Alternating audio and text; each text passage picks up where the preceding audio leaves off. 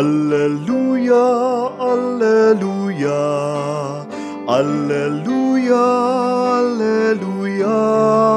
Si Kristo'y muling nabuhay, resurrexit sicut dixit.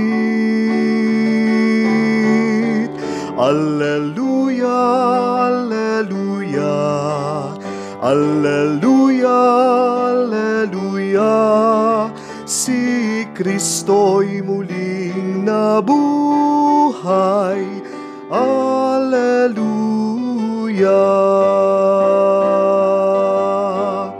Nagwagi sa kamatayan ang Mesiyas ng tanan. Alleluia ang awitan sa ating kaligtasan. Sa ngalan ng Ama, ng Anak at ng Espiritu Santo. Amen. Sumainyo ang Panginoon. At sumaiyo rin.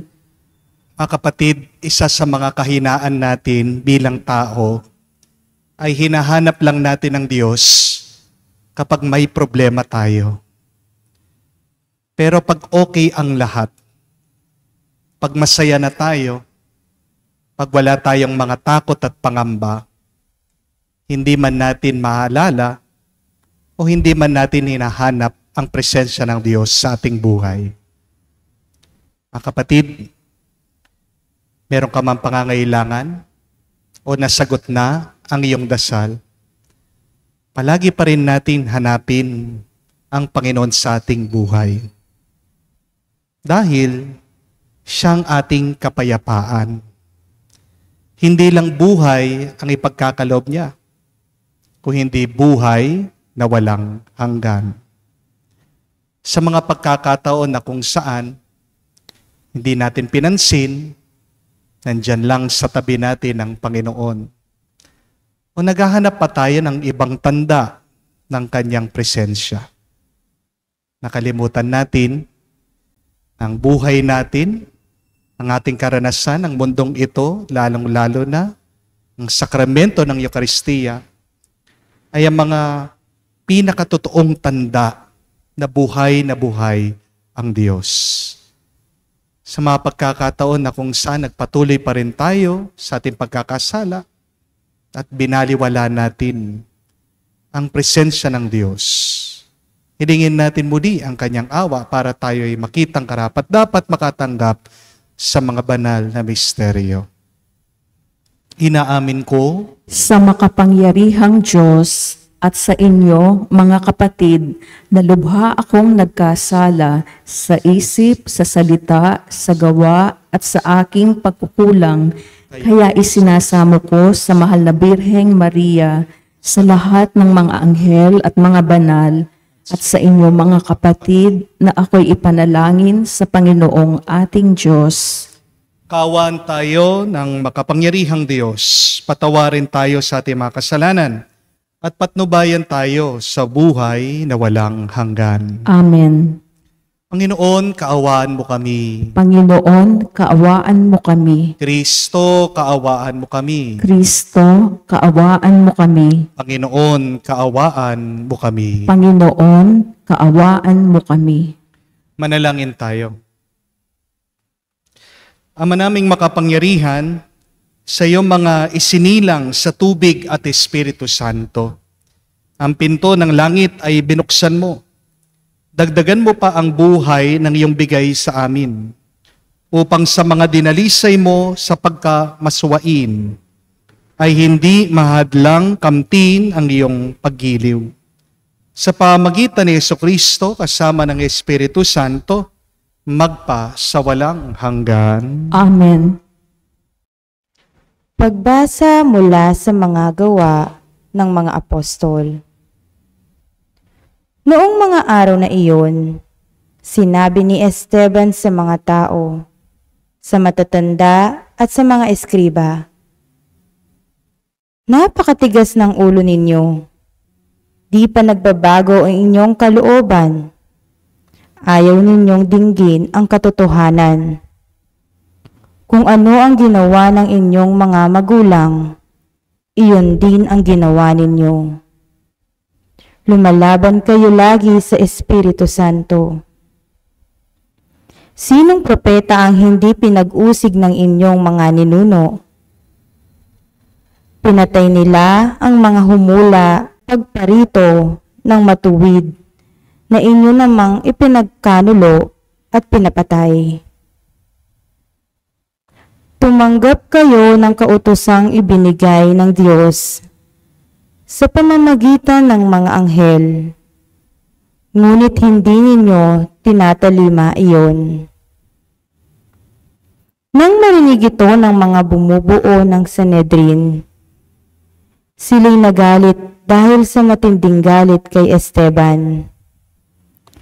Ngunit si Esteban na puspos ng Espiritu Santo ay tumingin sa langit at nakakita ng nagniningning na liwanag sa paligid ng Diyos at si Jesus na nasa kanyang kanan. Bukas ang kalangitan, sabi niya, at makikita ko ang anak ng tao na nasa kanan ng Diyos.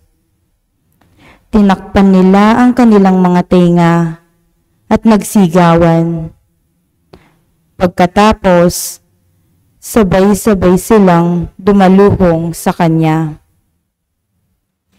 Kinaladkad nila si Esteban hanggang sa labas ng lungsod upang batuhin. Hinubad ng mga saksi ang kanilang mga kasautan at iniwan sa isang binatang nagngangalang Saulo.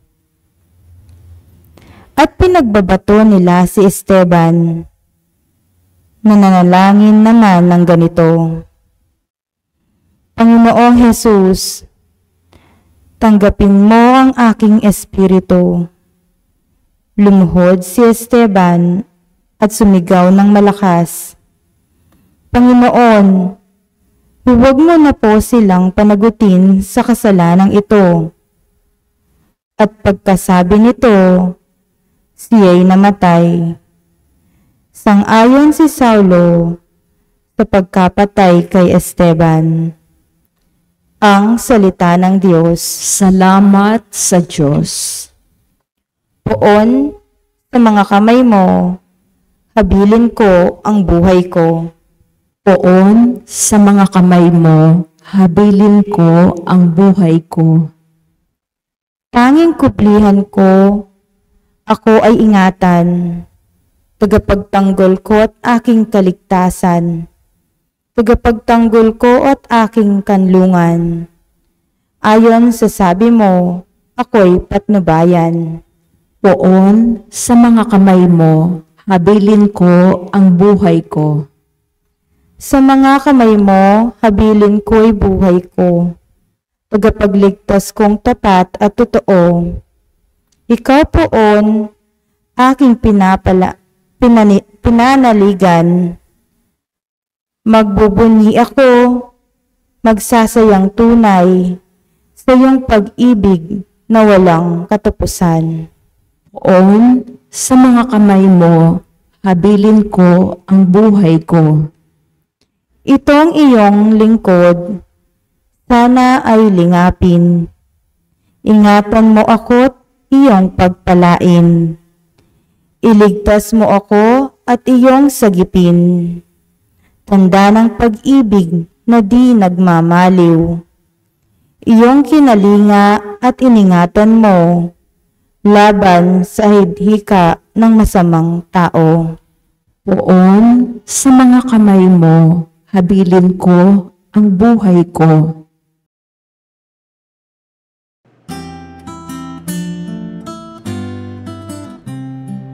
Alleluia, alleluia, alleluia, alleluia, alleluia, alleluia, alleluia, alleluia, alleluia, alleluia, alleluia, alleluia. magbibigay kasiyahang pagkain dulot ay buhay. Si Jesus na poong mahal. Alleluia, alleluia. Sumainyo ang Panginoon. At sumaiyo rin. Ang mabuting balita ng Panginoon ay ayon kay San Juan. Papuri sa iyo, Panginoon. Nung panong yun, sinabi ng mga tao kay Jesus, "Ano pong kababalaghan ang may ipapakita ninyo upang manalig kami sa inyo? Ano po ang gagawin ninyo?" Tanong nila. "Ang aming mga magulang ay kumain ng mana sa ilang ayon sa nasusulat. Sila'y binigyan niya ng pagkain mula sa langit." Dugtong pa nila. Sumagot si Jesus, "Dapat ninyong malaman, hindi si Moises ang nagbigay sa inyo ng pagkain mula sa langit, o hindi ang aking Ama. Siyang nagbibigay sa inyo ng tunay na pagkain mula sa langit. Sapagkat ang pagkaing bigay ng Diyos ay yaong bumababa mula sa langit at nagbibigay buhay sa sanlibutan." "Ginoo," wika nila, "bigyan po ninyo kami lagi ng pagkaing iyon." "Ako ang pagkaing nagbibigay buhay," sabi ni Jesus. "Ang lumalapit sa akin ay hindi na magugutom, at ang mga nananalig sa akin ay hindi na mauuhaw kailanman." Mga kapatid, ang mabuting balita ng ating Panginoon. Pinupuri ka namin, Panginoong Hesukristo. Magandang araw po muli sa inyong lahat. Magandang araw po, Father. Ano po sa tingin niyo ang tanda ng isang bagay ay talagang galing sa Diyos? What is the sign that something really comes from God? Sa Ebanghelyo po kasi, humihingi po ng tanda ang mga tao kay Jesus.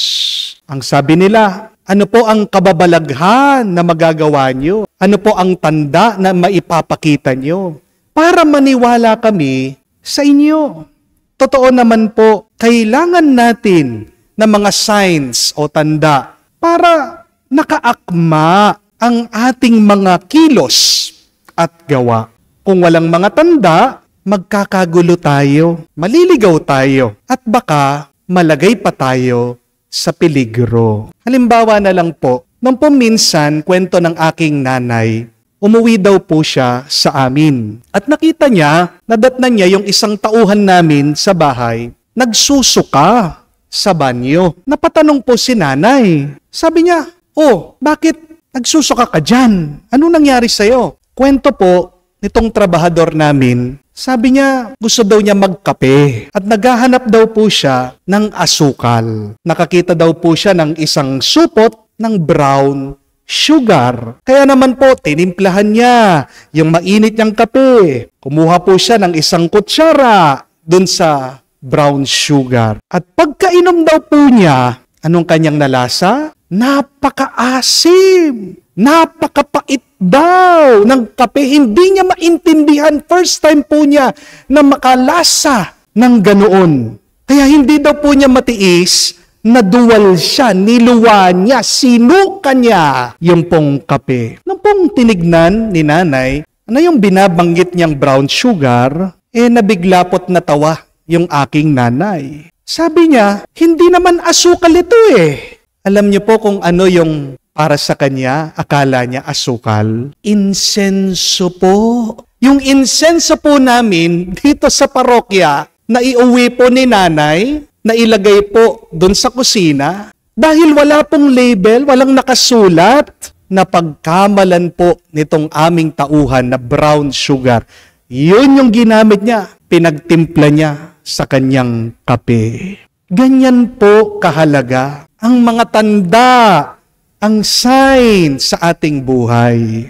Mabuti po na malaman natin kung ang isang bagay, isang tao ay galing sa Diyos para hindi po tayo maloko ng demonyo. Dahil minsan, nagpapakita po ang dyablo sa atin, napakabuti. Pero sa totoo, hindi naman talaga yan galing sa Diyos. Tandaan nyo din po, mga kapatid, hindi naman mukhang masarap ay nakakabuti na at nakakapagbabanal na sa iyo. Amen? At hindi rin naman ibig sabihin lahat na nagpapasaya sa iyo ay galing sa Diyos.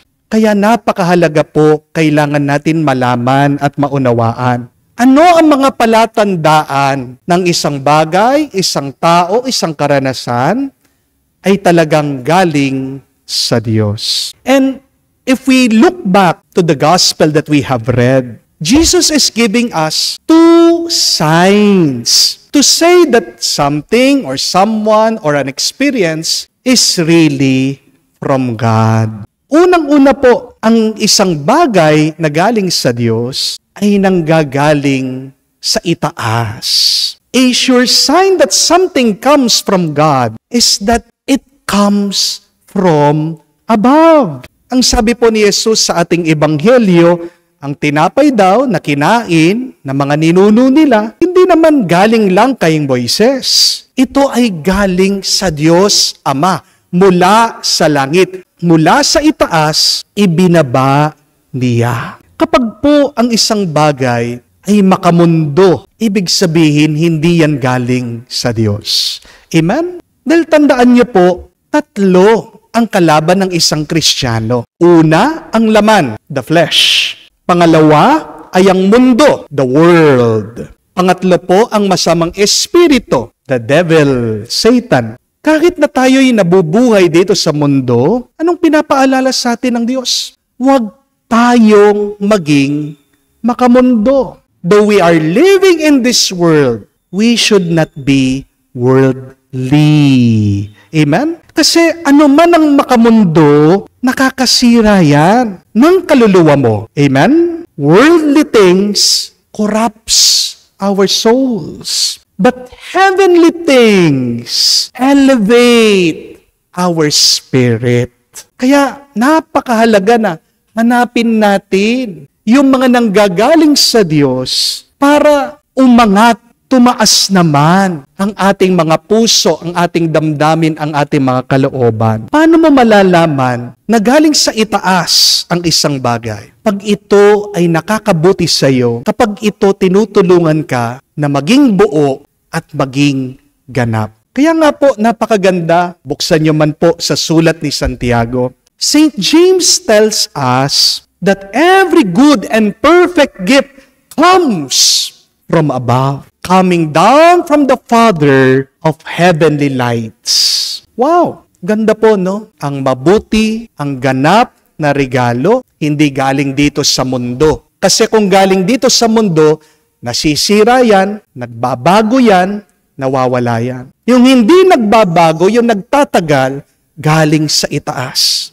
galing sa Diyos Ama. Alam na alam mo, galing ang isang bagay sa Diyos kapag ginagawa kang mas mabuti. Amen? Kapag binubuo ang iyong pagkatao. Amen? If something helps you to become better, then that is from God. But if something destroys your character, please move away. Please avoid that. That is not from God. Amen? So ask yourself that question, my dear friends. Are the people in my life heaven sent? Paano mo alam na galing sa Diyos, galing sa langit, hulog ng langit yung mga tao sa buhay mo? Pag ginagawa kang mas mabuti, pag ginagawang mas banal ang iyong pag-uugali. Amen? Maganda rin pong itanong sa aking mga nararanasan, yan ba'y nakakatulong para umangat, tumaas ang aking isip, ang aking puso, ang aking damdamin sa Diyos? Do what I experience inspire me? Do what I experience bring me closer to God? Unawain po natin, mga kapatid, kaya bumaba ang Diyos para itaas ang tao muli sa Kanya. Kaya kung hindi nakakatulong ang karanasan mo, ang isang bagay o isang tao na mapalapit ka sa Diyos, kapatid, hindi yan galing sa Diyos. Amen? Pangalawa po, at kahuli-hulihan, galing ang isang bagay o tao sa Diyos kung binibigyan ka niyan ng buhay. Jesus said in the gospel, "For the bread of God, that which comes from heaven, it gives life to the world. I am the bread that came from heaven. I came to give life to the world." Kaya nga po, tandaan niyo mga kapatid, hindi galing sa Diyos kapag ninanakaw na ito ang iyong tuwa. Hindi galing sa Diyos kapag yan inuubos niya ang lakas mo. Hindi galing yan sa Diyos kapag sinisira ang lakas ng loob mo. Hindi galing yan sa Diyos kapag hinahabol mo ang isang bagay. Ang galing sa Diyos mismo, yan ang lalapit sa iyo. Ang galing mismo sa Diyos, hindi mo kailangan hanapin. Siyang hahanap sa iyo. Amen? Hindi rin galing sa Diyos kapag nawawalan ka ng pasensya. Hindi galing sa Diyos kapag lumiliit ang tingin mo sa iyong sarili. Hindi galing sa Diyos kapag yan ang daan ng iyong pagkalito o pagkaligaw sa buhay. Hindi galing yan sa Diyos kapag nawawalan ka na ng kapayapaan. Kung hindi rin nadaragdagan ang buhay mo, ang lakas mo, ang kapayapaan mo, kapatid, hindi yan galing sa Diyos. Dahil ang ating Diyos na sinasamba ay Diyos ng mga buhay, hindi yan Diyos ng mga patay. Amen? Kaya kung dahil sa problema mo, nararamdaman mo parang unti-unti kang namamatay, kapatid, hinto ka lang. Umiwas-iwas ka naman sa pag-aalala mo sa iyong problema. Harinawa, maging maliwanag po sa inyo kung ang isang bagay ay galing sa Diyos o hindi. Kasi hindi naman po lahat ng bagay ating tinatanggap ay nanggagaling sa Kanya. Kailangan maging mapanuri tayo. Hindi po ba? Tingnan niyo po, kung nga pagdating po sa pagkain, napakaselan natin. Tinatanong natin, marumi ba yan? Malinis ba yan? Di po ba? Bakit pagdating sa mga bagay-bagay, sinusuri natin? Bakit pagdating naman sa mga tao, sa ating karanasan, hindi natin tinatanong, mabuti ba yan? Masama ba yan? Hindi natin tinatanong, galing ba yan sa Diyos o hindi? Tandaan po natin mga kapatid, ang galing sa Diyos mula sa itaas, mula sa langit, at tinataas ang iyong isip, ang iyong kaluluwa, ang iyong kalooban sa Kanya. Pero pangalawa, alam na alam mo galing sa Diyos kapag binubuhay ka. Kapag galing sa Diyos, nawawala ang iyong lungkot, bighati, at nabubuhayan ka muli ng pag-asa. Amen? Pero sana wag natin makalimutan ang talagang pinakatotoong presensya ng Diyos nandito na sa mundo. Nasaan po? Nasa banal na misa. Amen? Yan ang ibig sabihin ng ating Panginoon. Siyang tinapay ng buhay. Sabi nga po ni St. John Marie Vianney, naiinggit nga ang mga anghel sa atin Kasi buti pa tayo mga tao, natatanggap natin. Totoong-totoo si Kristo nandyan sa binasbasan na tinapay. Kaya kung gusto mong makatagpo ang Diyos, kung gusto mong maranasan ang Panginoon, kung gusto mong mabuhayan ka muli, simple lang gawin mo. Huwag ka lang makinig sa Kanyang salita. Magsimba ka, manalangin ka, at tanggapin mo siya. Mga kapatid, naghihintay ang Diyos sa atin. Gusto niya tayong makaniig, gusto niya tayong makasama. Sana makita mo siya. Sana marinig mo siya. Sana maranasan mo ang pagmamahal ng Diyos sa buhay mo para mapanibago muli ang iyong tuwa, ang iyong galak, hanggang marating mo ang buhay na walang hanggan. Amen. Tumayo po tayo, alay po natin sa Diyos ang ating mga dasal at dalangin at ating sabihin, Panginoon, dinggin mo kami. Panginoon, dinggin mo kami. Ang simbahan naway magsikap na maihatid ang pag-ibig ni Jesus sa lahat ng taong nagugutom sa tinapay ng buhay. Manalangin tayo sa Panginoon. Panginoon, dinggin mo kami.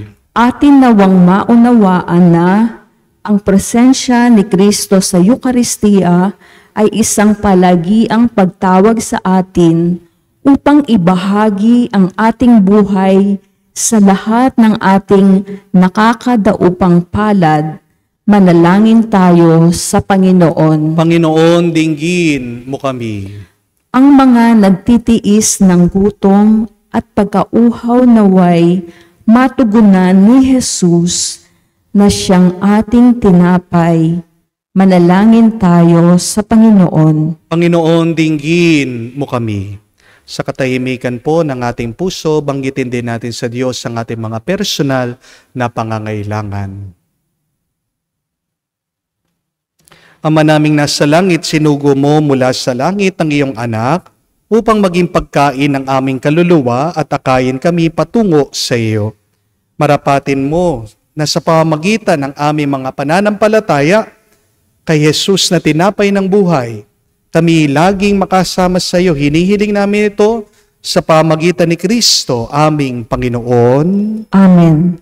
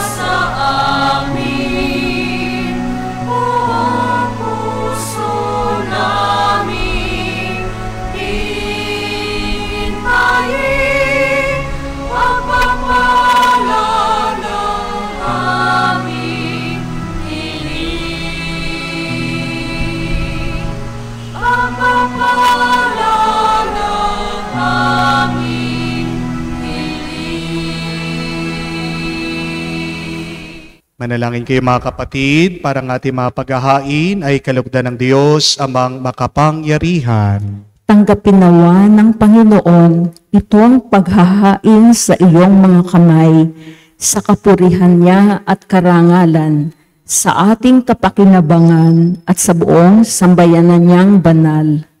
Ama naming lumikha, tanggapin mo mga alay ng iyong sambayanang natutuwa. Ang pagkabuhay ng iyong anak na niloob mong aming kinatutuwa ngayon, ay papagbaguhin mo ng galak na nananatili sa aming habang panahon. Sa pamagitan niya kasama ng Espiritu Santo, magpa sa walang hanggan. Amen. Sumainyo ang Panginoon. At sumaiyo rin. Itaas sa Diyos sa inyong mga puso at diwa. Itinaas na namin sa Panginoon. Pasalamatan natin ang Panginoong ating Diyos. Marapat na siya ay pasalamatan. Ama naming makapangyarihan, tunay nga marapat ikaw ang aming pasalamatan. Ngayon pinagdiriwang ang paghahain ng Mesiyas, ang maamong tupa na tumutubos sa aming lahat. Sa paghahain ng sariling buhay at sa pagkabuhay ng anak mong mahal, nabuksang ganap ang iyong tahanan, at kami pinaghaharian mo maging kasambahay. Sa pagkamatay niya sa krus, nalupig ang kamatayan. Sa kanyang pagkabuhay, naging buhay siya ng tanan. Kaya kaisa na mga anghel nagsisiawit ng papuri sa iyo. Nang walang humpay sa kalangitan, kami nagbubunyi sa iyong kadakilaan.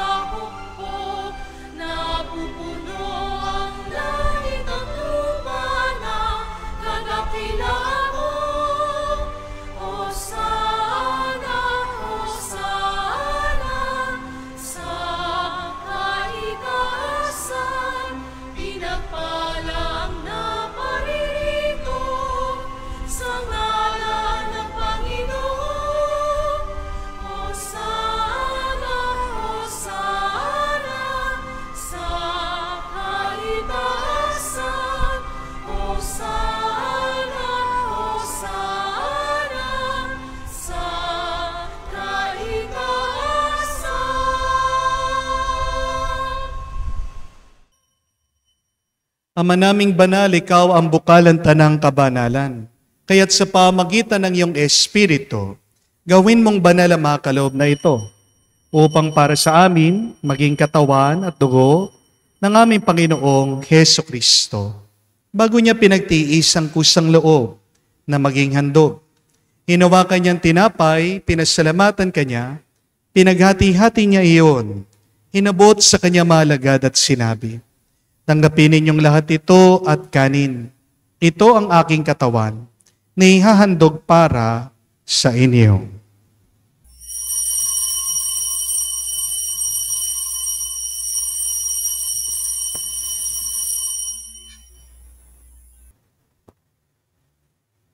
Gayon din naman nung matapos ang hapunan, hinawakan niya ang kalis, muli kanyang pinasalamatan.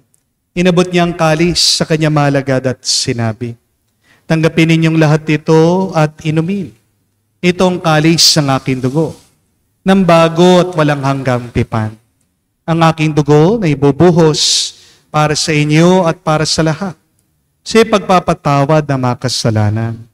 Gawin ninyo ito sa pag-alaala sa akin."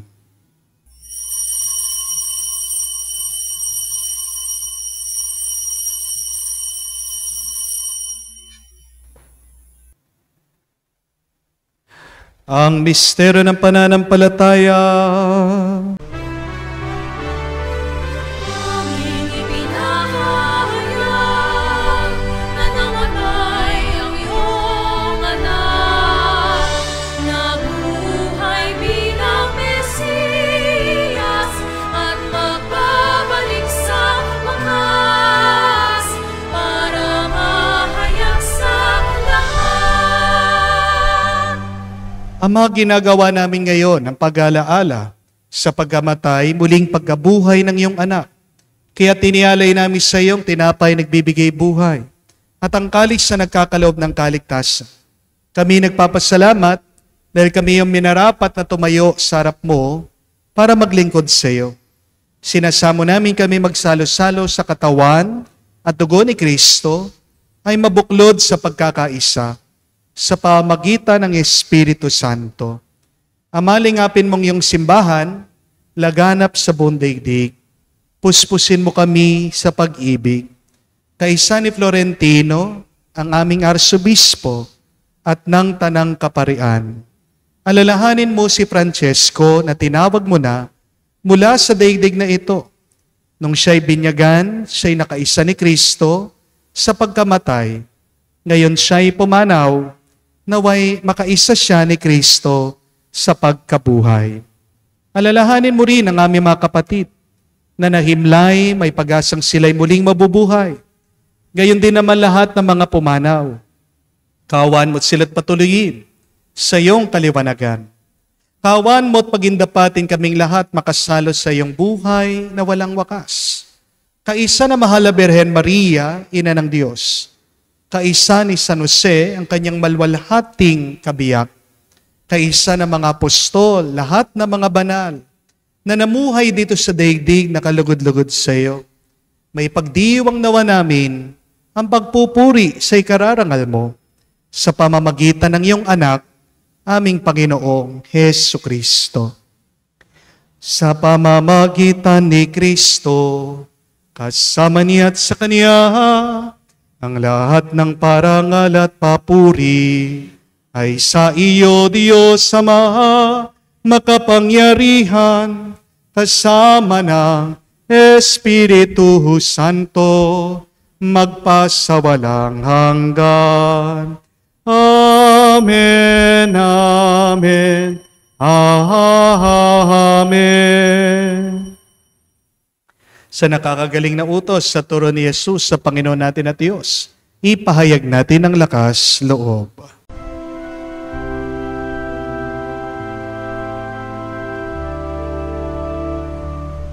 Ama namin, sumasalangit ka, sambahin ang ngalan mo, mapasa amin ang kaharian mo,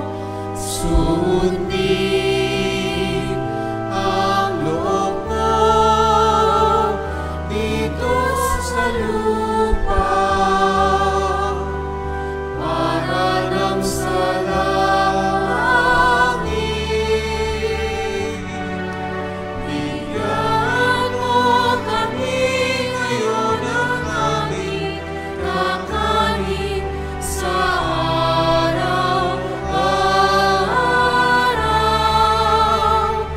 At patawarin mo kami sa aming mga sala, para ng pagpapatawad namin sa nagkakasala sa amin.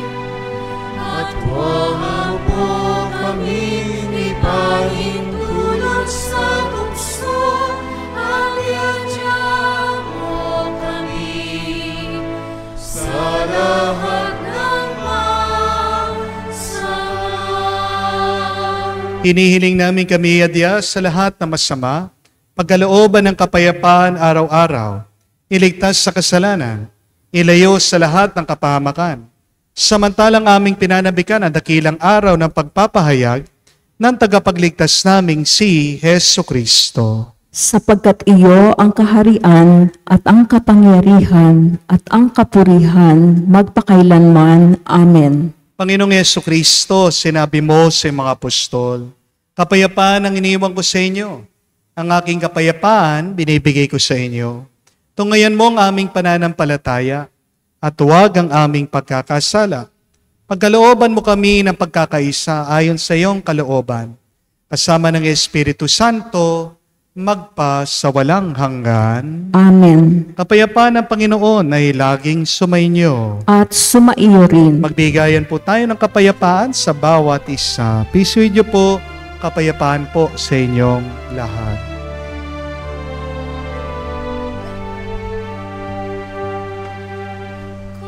Kordero ng Diyos na nag-aalis ng mga kasalanan ng sanlibutan, maawa ka sa amin. Maawa ka sa amin. Kordero ng Diyos na nag-aalis ng mga kasalanan ng sanlibutan, maawa ka sa amin. Maawa ka sa amin. Kordero ng Diyos na nag-aalis ng mga kasalanan ng sanlibutan, ipagkaloob mo sa amin ang kapayapaan.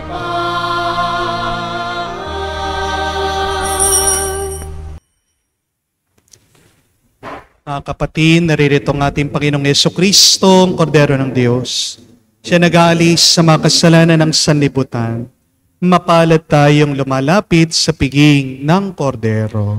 Panginoon, hindi ako karapat-dapat na magpatuloy sa iyo, ngunit sa isang salita mo lamang ay gagaling na ako.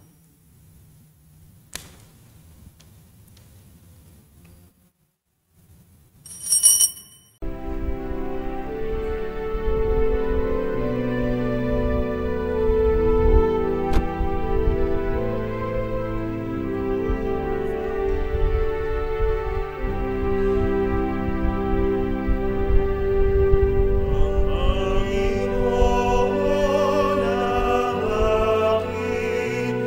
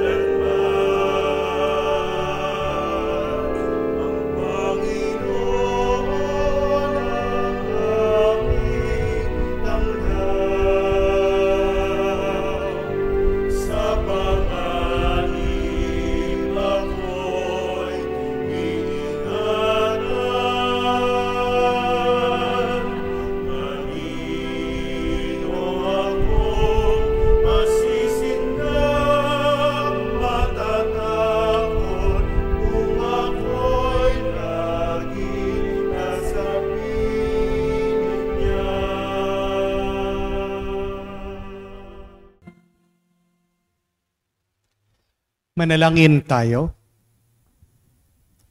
Ama naming mapagmahal, tungayan mo at lingapin ang iyong sambayanan na minarapat mong makinabang sa piging ng pagmagpakailanman. Ipagkaloob mong kami malwalhating makarating sa pagkabuhay na magtatapok sa amin sa iyong piling. Sa pamagitan ni Jesucristo, kasama ng Espiritu Santo, magpa sa walang hanggan. Amen.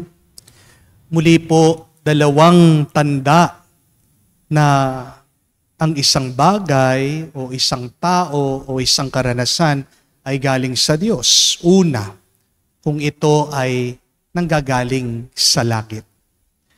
Paano mo alam na ito ay galing sa langit? Nilalapit ka nito sa langit.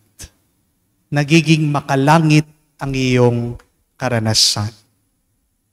Something comes from God when it comes from above, when it comes from heaven. How do you know something comes from heaven? When you have a heavenly experience. Yung mga tao ba sa buhay mo, hulog ng langit ba yan? O baka sulpot yan ng impyerno? Pero pangalawa, ang isang bagay, karanasan o tao ay galing sa langit, ay galing sa Diyos. Kung yan ay nagbibigay buhay sa iyo. Nagbibigay yan ng stress, nauubos ang buhay mo. Kapatid, lumayo-layo ka muna sa kanila. Amen? At ang dalawang palatandaan na ito, coming from above, giving us life, is present in the Eucharist. Kaya nga kung gusto mong mabilis, sigurado, makita mo, maranasan mo, makatagpo mo ang Diyos, magsimba ka. Palagi ka sanang magsimba. Pero sana hindi lang po natatapos sa ating pagtanggap sa ating Panginoong Hesukristo sa Diyos sa pamagitan ng misa. Hari nawa ang dasal natin. Ano man ang natanggap natin, binabago tayo. Ano man ang natanggap natin, nagiging tayo sana. So if you receive the body of Christ, may you become the body of Christ also to others. If you receive something that came from heaven, may you be also a heavenly person to others. If you receive life through the Eucharist, be a life-giving person to others. Ang ganda po nung nabasa ko, sabi ni Pope Francis, ang yumao. Oo, mahalaga na pagdasal natin ang mga mahihirap. Perong tunay na pagdarasal at pananalangin, pagkatapos mong pinagdasal yung mahirap, ay pinakain mo siya. O nga naman po, no? Ang panalangin ay hindi lang sa pamamagitan ng paggamit ng ating mga isip. Pero, ano man ang ating iniisip, tinataas sa Diyos, binabago ang ating pagkatao. Nagiging tayo kung ano ang ating pinagdarasal at pinapanalangin. Kaya, ang aking pong assignment sa inyo, sana kayo po mga nagsimba, maging tanda naman kayo ng buhay na Diyos dito sa mundo. Kaya naman po napupuna tayo mga Katoliko, mga Kristiyano, hindi po ba? Kaya merong nagagalit sa iyo. Ano yung sinasabi? Simba ka na simba, hindi ka naman nagbabago. Hindi po ba? Dami pong ganyan. Kaya nga hindi mo madala yung asawa mo sa simbahan eh. Kasi paano siya magsisimba, nakikita niya yung ugali mo. Pagkatapos mong magsimba, ang init pa rin ang ulo mo. Ang pangit mong magsalita. Kakaunti ang iyong pasensya. So please, my dear friends, if after celebrating the Mass, if after receiving Jesus, even though spiritually in our spiritual communion, make it your promise. Make it your assignment today. May I be assigned of God's presence here on earth. Be a lot kinder, be a lot more generous, be a lot more patient, be a lot more loving. Hari nawa, ang ating araw-araw na pagsisimba ay meron namang epekto sa pagbabago ng ating isip at puso, maging mas makamukha natin ang ating Panginoong Jesucristo, tinapay ng buhay, ang pagkaing mula sa langit.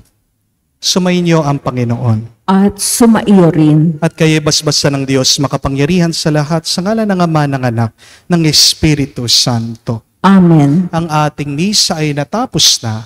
Humayo kayo sa kapayapaan ni Kristo. Salamat sa Diyos.